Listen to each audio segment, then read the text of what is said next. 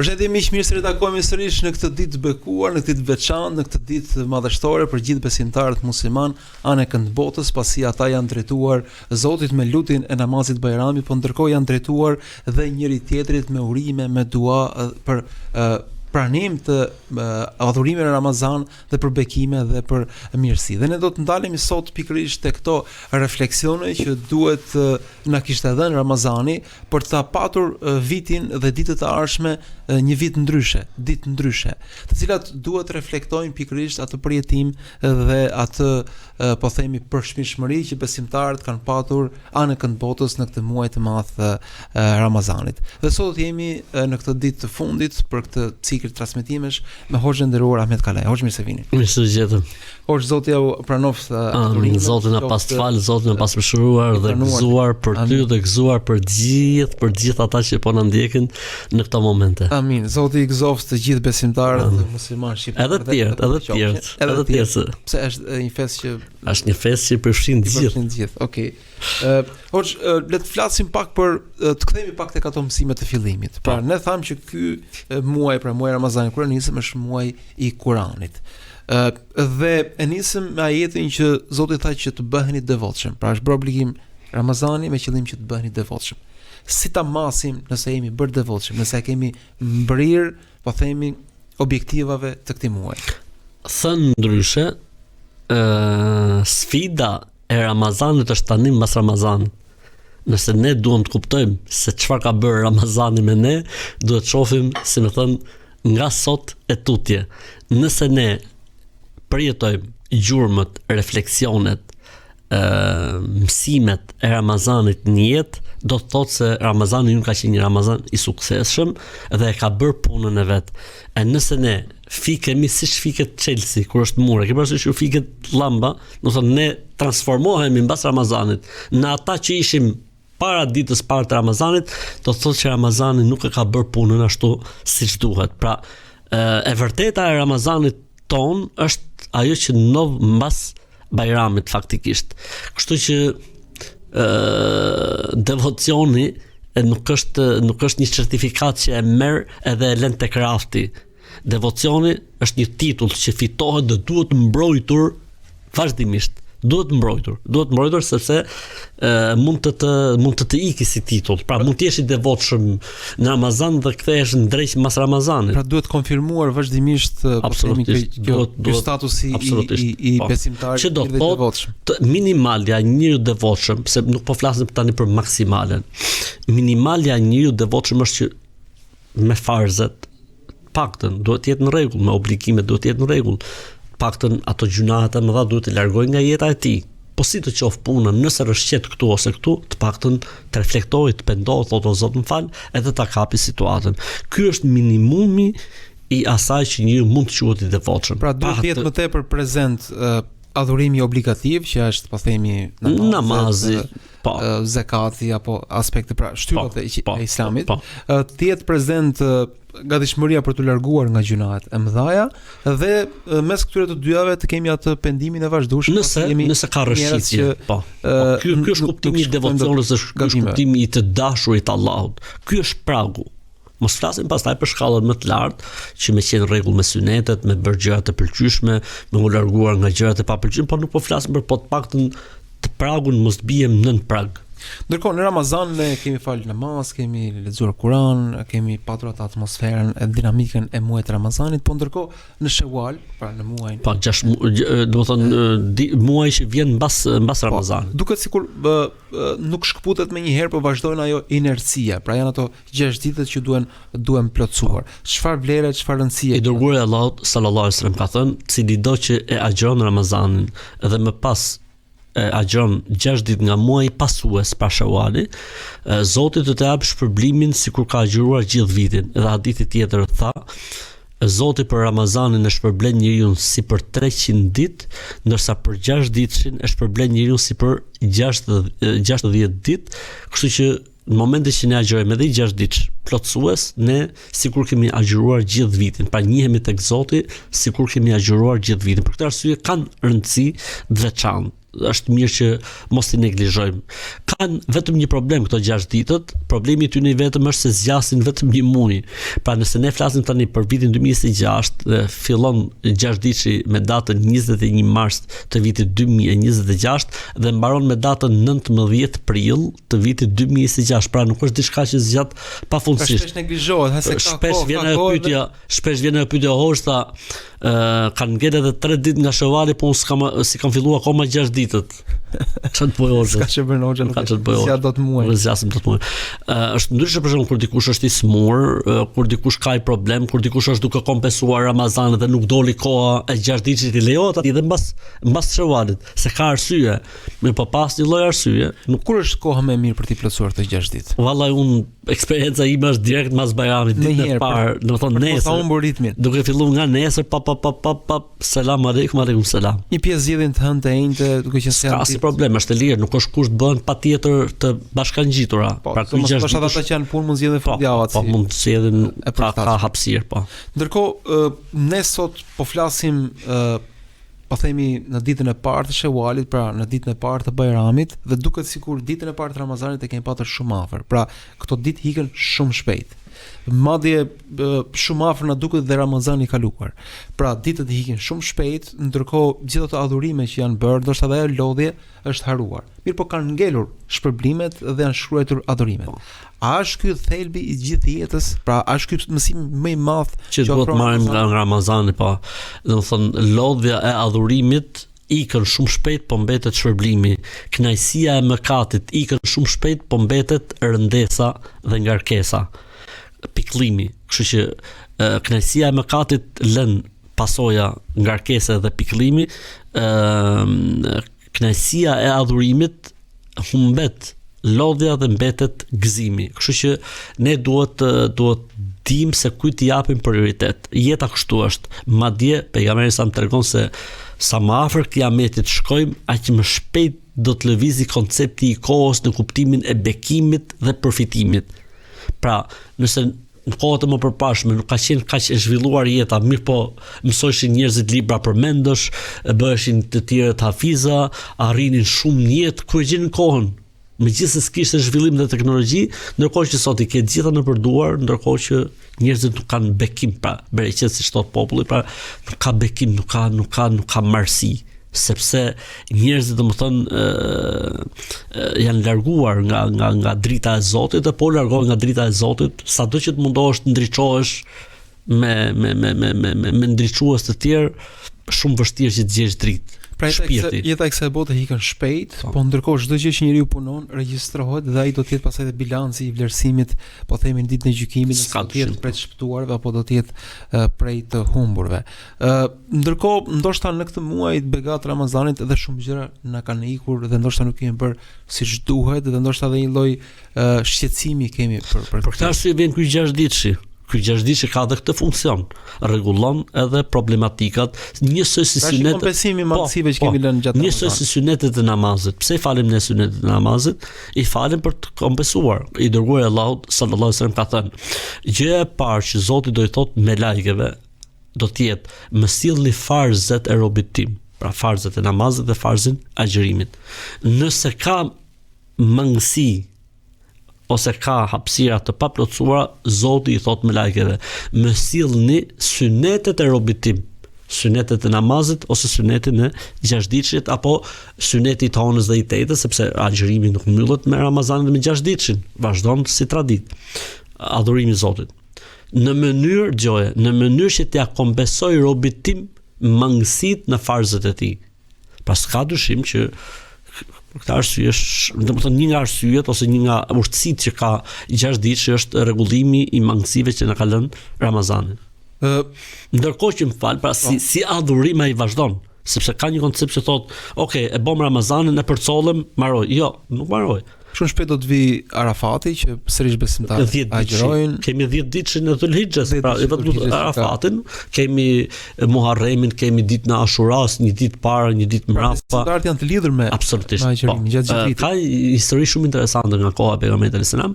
Pejgamberi sa bën një thirrje për le të them për luftë.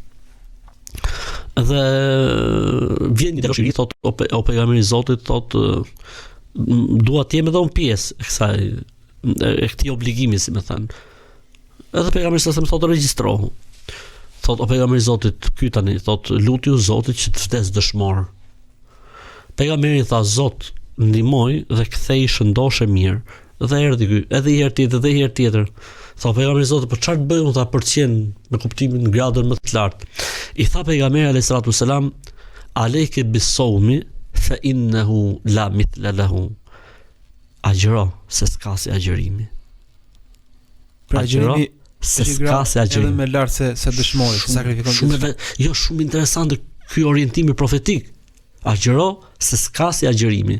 Pra që do të thotë mund të arrijmë gjithë, gratë në shejllikut, ndoshta sa arrijmë do të gjithë, ama agjërimin mund ta bëjmë gjithë. Synimi është hatri i Zotit, shpërblimi i tij, ja ku e ka agjërimin. Ja ku e ka agjërimin. Edhe mbas Ramazanit. Edhe mbas Ramazanit. Për këtë arsye në Islam kemi disa lloje agjërimesh të tjera përveç 6 ditëshit. Pra 6 ditësh që shoqëron Ramazanin, dihet.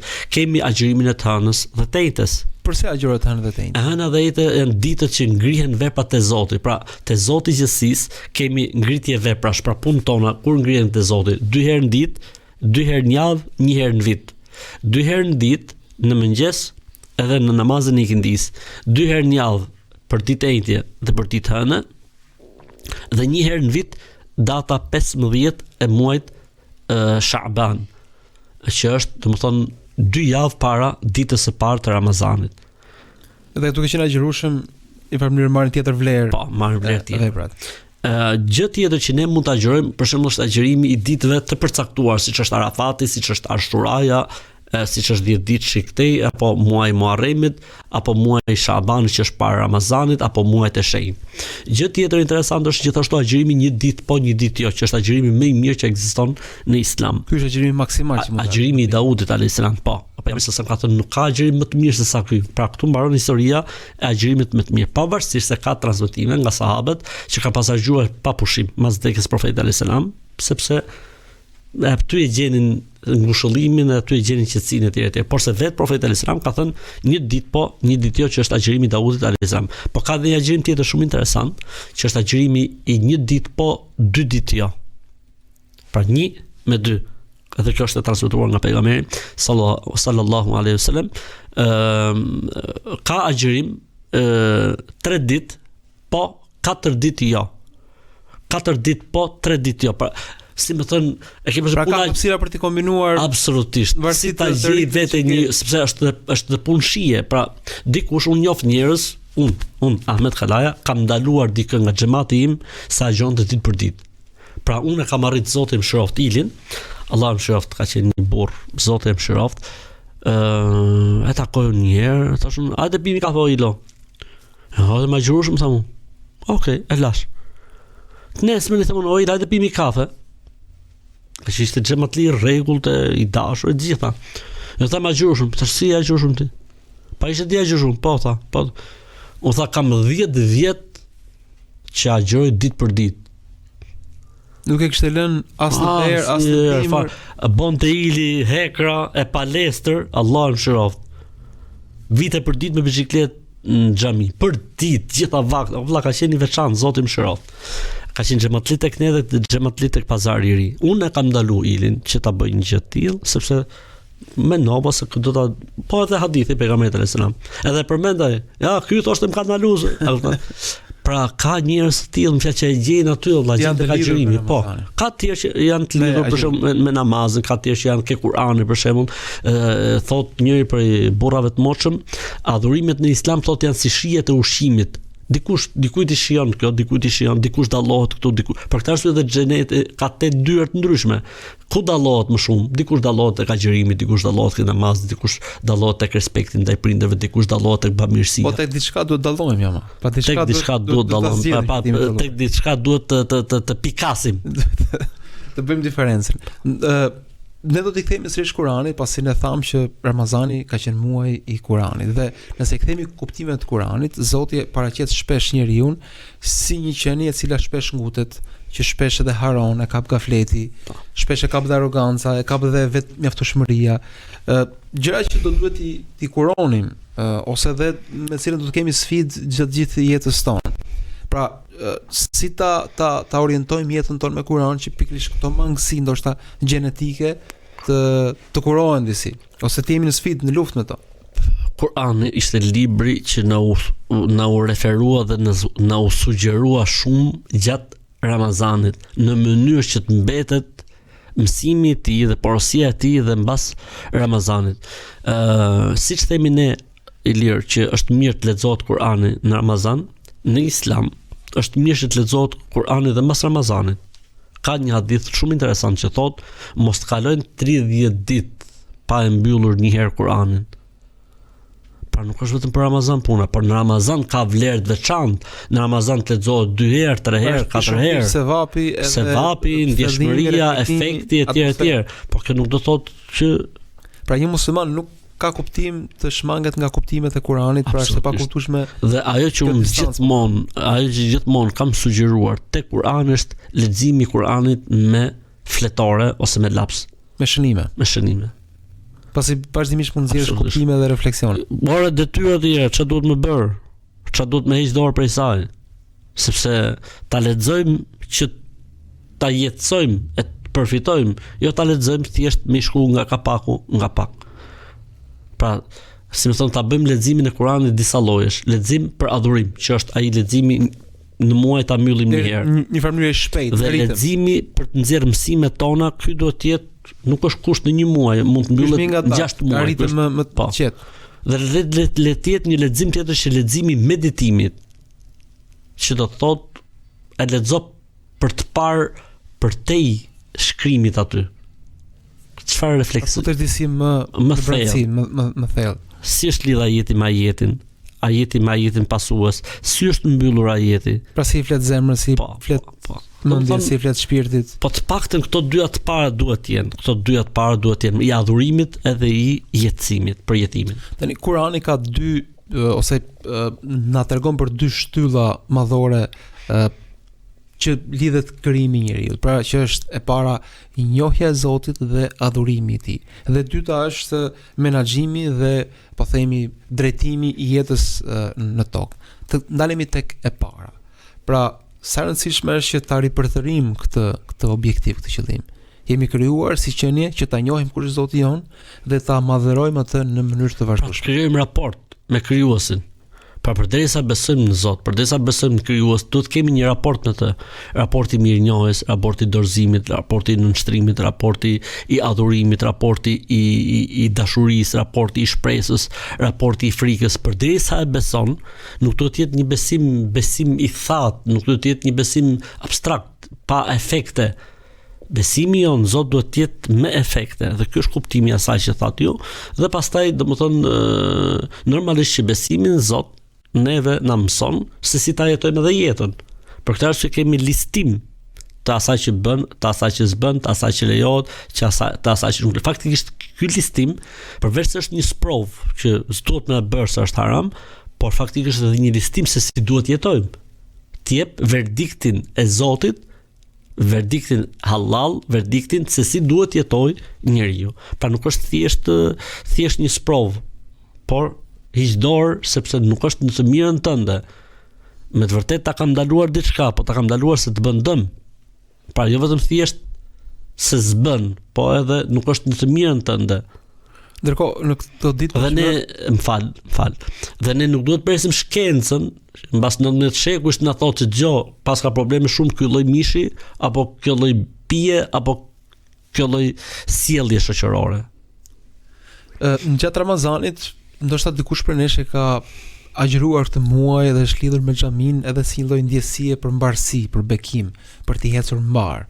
Dhe në kërkim të kësaj ndjenje, tashmë vijnë dhe shumë festa pagane lart e poshtë që ofrojnë opsione duke vendos verore, duke bërë ndjesësiare. Ka kaluar. Ajo ka kaluar, po përsëritet në forma të tjera, duke thënë se ky mal është i shenjtë, ajo grop është e mbar, ai lumë është ujë i saj. Gjëja që ne duhet të ruajmë këtë që thamë në fillim. Tauhidi ose njëshmëria e Zotit apo njësimi i Zotit duhet të jetë, unë mendoj, domethënë vija e fundit, vija e kuqe, momenti intolerant. Pra rrezikojmë ta prishim Ramazanin nëse fillim dhe shkojmë. Jo vetëm Ramazanin, po prishim Ramazanin, agjërimin, namazin, çfarë do që e kemi bërë. Momentin që Pra shëmbim kalan e besimit që kemi ndërtuar. Thot Zoti në Kur'an, wa qadimna ila ma amilu min amalin faj'alnahu haba'an mansura. Për shkak të idhujtarisë, të gjithë veprat e tyre i shembëm. Madje i thot vet profetit alayhis salam i thot: O Muhammed, nëse ti bie në mëkatin e idhujtarisë, paganizmit, besytnive, ta kemi shpallur ty o Muhammed dhe profetëve përpara teje, pra e linja është e njëjtë, se nëse bie në mëkatin e idhujtarisë ti Muhamedi, që është Muhamedi, Zoti do të shembi të gjithë veprat e mira. Pra idhujtaria nuk i tolerohet as profetit, jo më neve që jemi të pakrahasueshëm me profet. Prandaj le të shërbej kjo fjala jote si një alarm që kujdes me besytnit, edhe nëse i bëjnë gjithë, edhe nëse i bëjnë aktorët, edhe nëse i bëjnë artistat, edhe nëse i bëjnë Edhe se bëhet përmes po çfarë lidhje ka, por ne shembull kemi pejgamberin alayhis salam, ne shembull kemi çfarë thot Zoti, ne shembull kemi çfarë thot pejgamberi alayhis salam. Kështu që ne nuk duhet të hutohemi nga çdo gjë që shkëlqen. Jo çdo gjë që shkëlqen do thotë se është flori.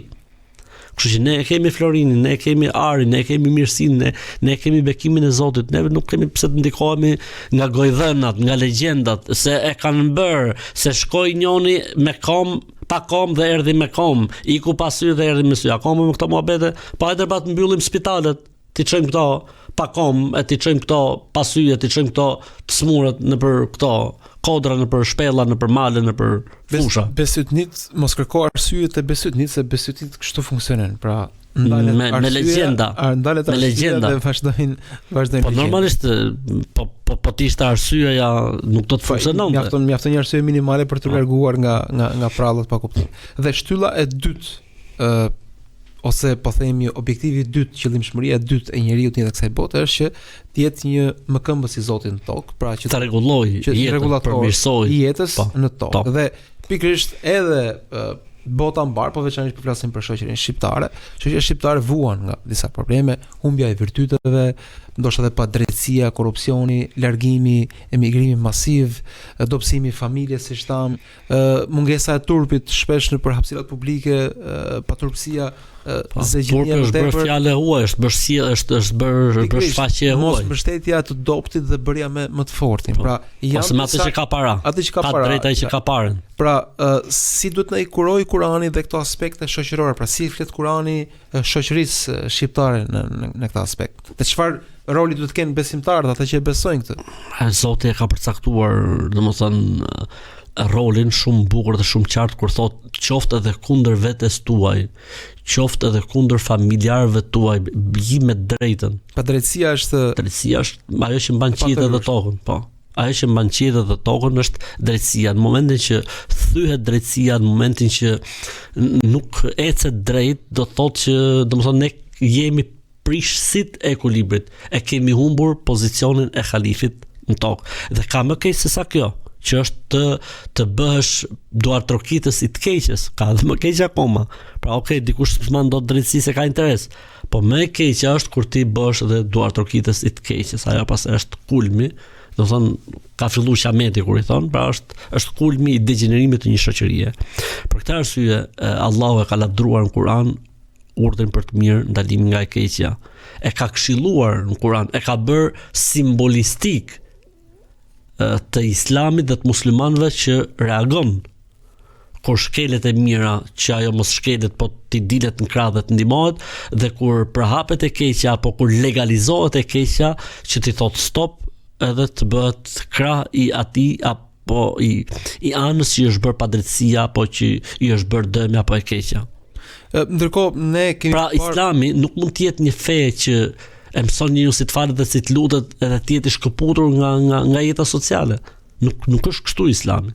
Islami është një fe që ecin paralel në të zhanëri i besimit, zhanëri i dynjas, zhanëri i materjes, zhanëri i shpirtit, zhanëri i ahiretit, zhanëri i kësaj bote, gjithë gjërat janë të alternuara bukur. Pra nuk mund të bësh shkëputje se ai mozaiku është si puna kësaj këtu. Nëse ne do të heqim kësaj një llok, një cop, do të dalësh gjithë njerëzit do të mendojnë ç'është mbas kësaj ose poshtë kësaj ose sipër kësaj, del pa kuptim. Kështu është edhe puna e fesë, besimit. Pra kemi lexuar Kur'anin në një muaj të Ramazanit edhe për të reflektuar në këto aspekte. Absolutisht. Turpi, siç është solidariteti, sidomos përfitojmë nga se ngritësi si jemi me kohën, sidomos me familjen. Një nga gjërat më të rëndësishme që Islami i mëson në përmirësimin dhe rregullimin dhe qenit rregullator të jetës në tokë është fortifikimi i familjes, i ruajtjes së familjes, është kalaja e fundit. Nëse bie familja, mos prit më çfarë mund ta mbajë njeriu. Se mund ta mbajë feja njeriu mund ta mbajë tradita, po është edhe familja. Në momentin që bjerë dhe familja, shumë vështirë që këtë njeri ta fusësh hulli, thot populli në hulli, domethënë në rrugë, në istikamet. Ju e thatë dhe në emisionet që kemi patur gjatë këtij muaji se në Kur'an më tepër kanë ardhur detaje për familjen sesa për namazin dhe adhurimin, çka është një tregues gjithashtu. Ndërkohë, po e mbyllim me një këshill që do doja për jush për rinin, pasi ne pam këto ditë ato videot me dron, të cilat kishin pushtuar xhamit, veçanërisht xhamin e Namazgjas dhe xhamin Tina Hoxha, ku ju deshje të dilnit edhe në rrugë, pasi ishte pamundur që të përmbante xhamia. Çfarë do i thoshit këtyre të rinj, të cilët shumë net kanë ndjenjur pa gjumë, duke ngritur duart tek Zoti, duke u lutur, duke dëgjuar Kur'an, duke dëgjuar Hoxhën? Çfarë duhet të reflektojë kjo mbas Ramazanit? Zoti i Ramazanit është dhe Zoti i muajve të tjerë.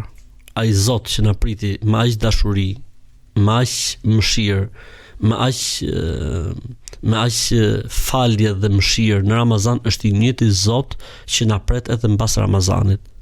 Nevoja për Allahun është nevojë që e ka njeriu, jo nevojë e Allahut për njeriu, po nevojë e njeriu për Allahun. Kështu që le të jemi sa më afër Zotit, se po që jemi afër Zotit dhe po e patëm Zotin në krahun ton, s'ka gjë që neve mund të na marrë peng në jetën e kësaj bote. Tani unë e di që fjala juaj është një fjalë e bazuar në Kur'an dhe në hadithet e profetit Muhammed sallallahu alaihi wasallam, dhe ka sevap dhe shpresojmë që Zoti t'ju shpërblejë me mirësi. Po ndërkohë gjithë këta djemë që janë përpjekur mbrapa kamerave, a kanë sevap po dhe ata që na kanë dëgjuar? Një pjesë të kanë dëgjuar edhe për kënaqësi. Do të thotë fiksimi për dëgjuar hoxha vetë ne jemi puna e llambës, ndërsa këta janë teli që përçon të energjinë edhe llambën, kështu që po mos ishin telat nuk do të ishte llamba, e po mos ishte llamba nuk do të funksiononin telat, kështu që ne jemi ortak në sevap dhe në shpërblim, inshallah. Zoti shpëlbeft, Zoti nderoj për gjithë. Zoti shpëlbeft edhe vëllezërit, edhe motrat që janë përtej kësaj që jemi ne të dy. Një ekip. Zoti nderoft, Zoti i shpërbleft.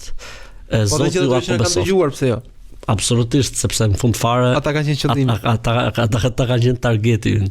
Zoti na mundsoft që të takojmë sërish në Ramazane të tjera, po edhe në po themi sofra të tjera të bekuara, pasi siç thatë feja islame ka pafund stacione dhe sofra bekimi. Zoti nderoft. Zoti nderoft ju.